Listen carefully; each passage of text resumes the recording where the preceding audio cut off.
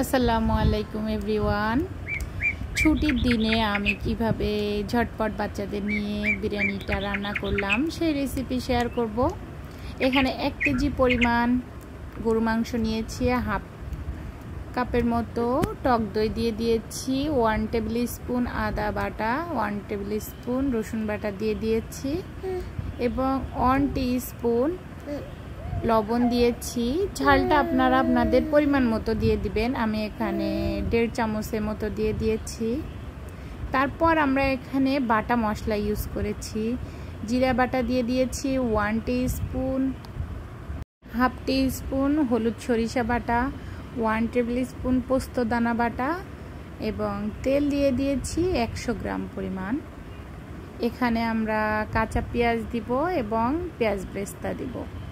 সব মশলা একত্রে দেওয়ার পরে এখানে গোটা গরম মশলাও দিতে হবে। আমি প্রথমে দিতে ভুলে গিয়েছি, একটু পরেই দিয়ে দিব। তারপর এখানে পেঁয়াজ কুচি এবং পেঁয়াজ বেরেস্তা দিয়ে ভালোভাবে মিশিয়ে নিয়েছি। এখানে আমরা আজ ঘরোয়া মশলা বিরিয়ানিটা রান্না করব।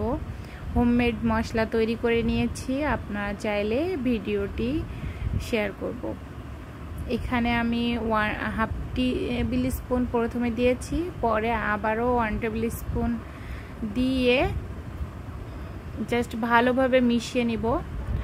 তবে কোনো মতে 2 টেবিল স্পুনের বেশি দেওয়া যাবে না, আর টেবিল স্পুনটা হতে হবে মেজারমেন্ট কাপের,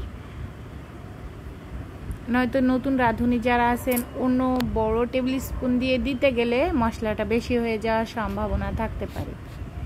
তারপর আমরা এখানে বাদাম বাটা দিয়ে দিয়েছি, 8 থেকে 10টি বাদাম বেটে দিয়ে দিয়েছি, 1 টেবিল স্পুনের মতো হয়েছে এবং 1 কাপের একটু বেশি পরিমাণ দুধ দিয়ে দিয়েছি এবং মাংসের যে ঝোলটা বের হবে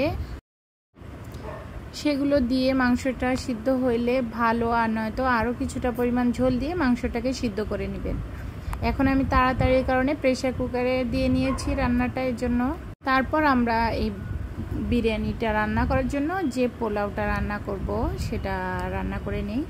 আমরা এখানে 750 গ্রাম পরিমাণ চাল নিয়ে নিয়েছি, এজন্য আমরা এখানে 1 লিটার পরিমাণ পানি দিয়েছি। যেহেতু আমরা বিরিয়ানিতে লাস্টে দুধ পানি ইউজ করব, এছাড়াও মাংসে কিছুটা ঝোল থাকবে, এজন্য আমরা চালটা যেন 90% কুক হয় সে অনুযায়ী পানি দিয়েছি। তারপর গোটা গরম মশলা দিয়ে দিয়েছি, অল্প একটু শাহি জিরা এবং অল্প একটু জয়ত্রী দিব। এগুলো খুবই কম পরিমাণে দিতে হবে।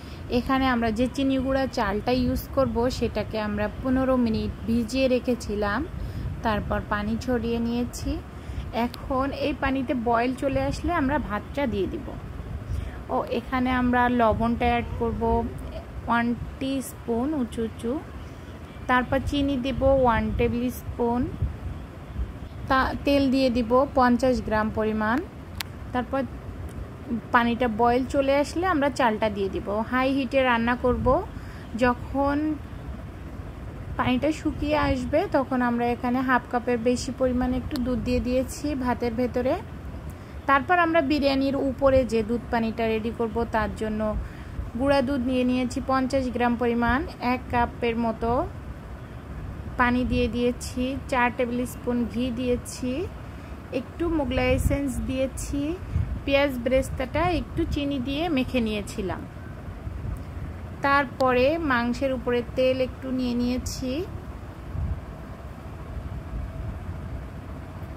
এখন আমরা লেয়ার করে দিয়েছি। প্রথমে একটা ফ্রাই প্যানে কিছুটা পরিমাণ ভাত দিয়ে তারপর মাংসটা দিয়েছি, তারপর আলু বিছিয়ে দিয়েছি, তারপরে আলু বোখারা পেঁয়াজ বেরেস্তা দিয়ে বাকি ভাতটা দিয়ে দিয়েছি, দিয়ে উপরে দুধ পানি দিয়ে দিয়েছি। দুধ পানিটা দেওয়ার কারণে আমরা যে চালের 1.5 গুণ পরিমাণ পানি দিয়েছিলাম এবং দুধ পানি ইউজ করেছি, সেই জন্য আমাদের বিরিয়ানিটা পারফেক্টভাবে হয়ে গিয়েছে।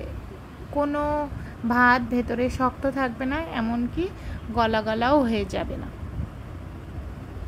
তারপর দমে দিয়েছিলাম। প্রথমে 10 মিনিট দমে দেওয়ার পরে কাঁচামরিচ দিয়ে আমরা দিতে ভুলে গিয়েছিলাম, এজন্য কাঁচামরিচটা দিয়ে আরও 15 মিনিট দমে দিয়ে রেখে তারপর আমরা পরিবেশনের জন্য নিয়ে নিয়েছি।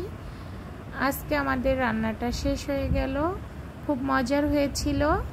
এরকম নিত্য নতুন রেসিপি দেখার জন্য অবশ্যই চ্যানেলটির সাথে থাকবেন। যদি রেসিপিগুলো ভালো লাগে ফ্রেন্ডস এবং ফ্যামিলির সাথে শেয়ার করবেন, সাবস্ক্রাইব করবেন। আজ এ পর্যন্তই।